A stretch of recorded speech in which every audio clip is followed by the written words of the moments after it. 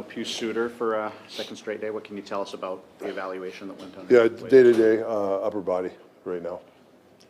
That's pretty well lit. Made some tweaks to your bottom two lines. What are you looking at there in terms of the options with Hoglander and Garland? Yeah, I like I said, I thought the Rats between them in the preseason, they've had some good games together.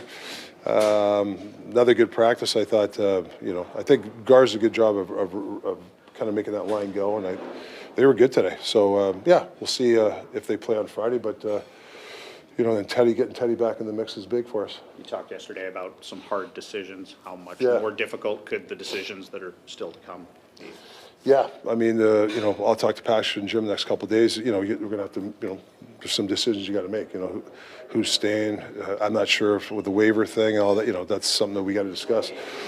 Like I said, it's a tough day because Deej is and he cleared, which. Selfishly, I'm happy about, and he's still in the mix. So that's something that we'll talk about. But going forward, that's a good thing that we have these tough decisions. That means we got depth. You always talk about levels for guys. Arshdeep has made it through the cuts to this point. What's the next level for him to be a regular? Well, I think sustainability. I've actually, I think his camp's got, he's okay. But I think he's getting stronger. I think I kind of liked his last two games. Whether we get him in on Friday, probably a good game to get him in, see how he goes against. I'm sure Edmonton will have a good lineup again. Can he keep that level? Because we have guys who are pushing for those spots. So yeah, just doing the things that winning battles. No turnovers. You get a chance to score, and like you did, the power play goal was a hell of a goal by him. Just things like that. That's the next level for him. With his improved compete level, can he be a bottom six guy, Rick? Could he be a fourth line left winger for you? Well, whether to me, he's an energy guy. Yeah. If he can be, there's different ways to win puck battles. He's not going to go hammer guys, but with his quickness, his puck skills, holding on to pucks, making plays. He can be a very good player for us in that category. There's some guys who haven't talked a lot about what do you need or what are you looking from Amon?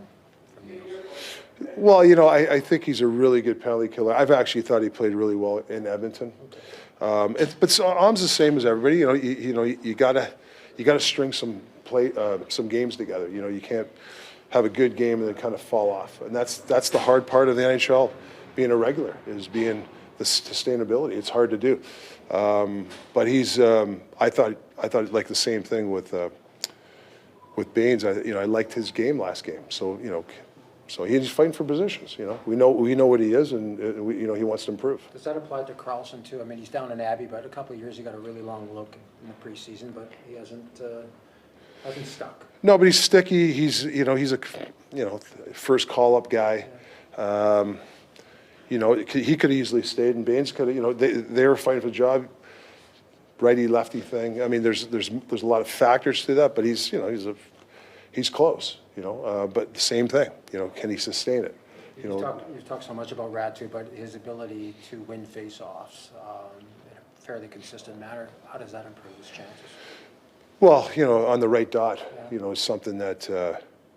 We had a luxury. We had Lindy last year. He was excellent on that right dot. With Rats, I think if he does make the team, he can. That's a chunk. But we had, I thought, I actually got Millsy and P that can take the draws on that side. Teddy, yeah. I mean, we were a pretty good face-off team last year. So if Rats is going to make the team, he has to be you got to check the box. He's got to be a really good face-off guy for us if he's going to check that box for us. Have you seen guys do what he does, flipping the stick over and pulling pucks back that way? Not really. I thought Tavares tried it one time. I think a couple of guys have tried it.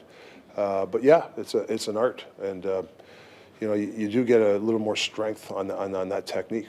Was that part of his arsenal before this training? Is that something he added this summer just because he saw an opportunity? He started last year in Abbey. He started, and now he's applying. I like he's doing it in NHL games. Like I like guys who are trying it, and it just makes him a lot stronger on that side. Rick, you guys lose Patera. Yeah. On waivers. Yeah. You didn't use Tolopilo much in the preseason. but it seems, and I know goaltending is in such a state of flux right now with Thatcher and everything else, but it seems that maybe this is a real opportunity for Tolopilo to be the guy down in Abbotsford.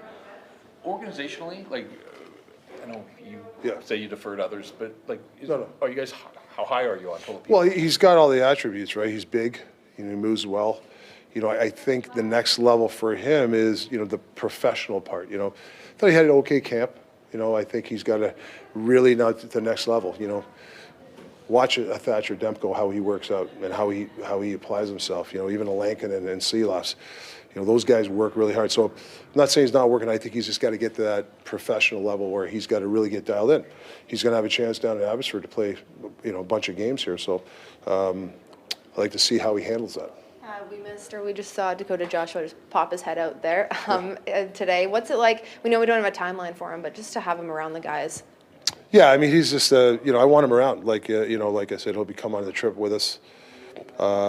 Huge part of our team. He's, I think he's good spirits the last week before. He was a little bit down, and which is it was expected. And I think him being around the guys really helps him. And he's a big part of the guys. So. I love when that guy smiles. Plus, when we get him back, it's like having a major trade, right? Like having a big guy like in your lineup that can score. So that's a positive for us. What did Max show you here? Sasson?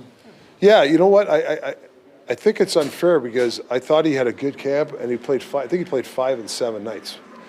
Man, I don't care who you are. That's a tough. So we got to be careful how you evaluate a player. 5 and 7.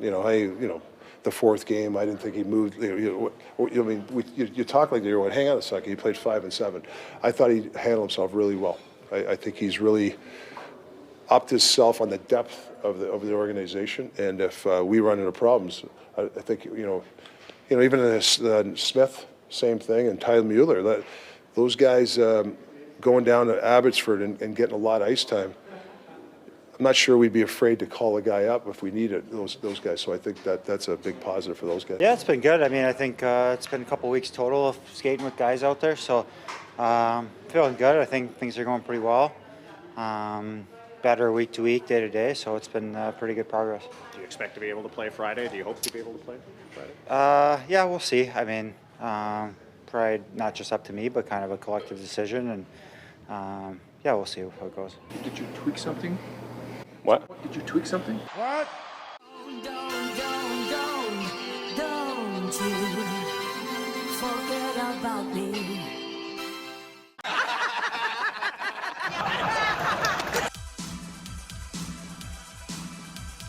Generational talent. Thanks for liking the video and subscribing.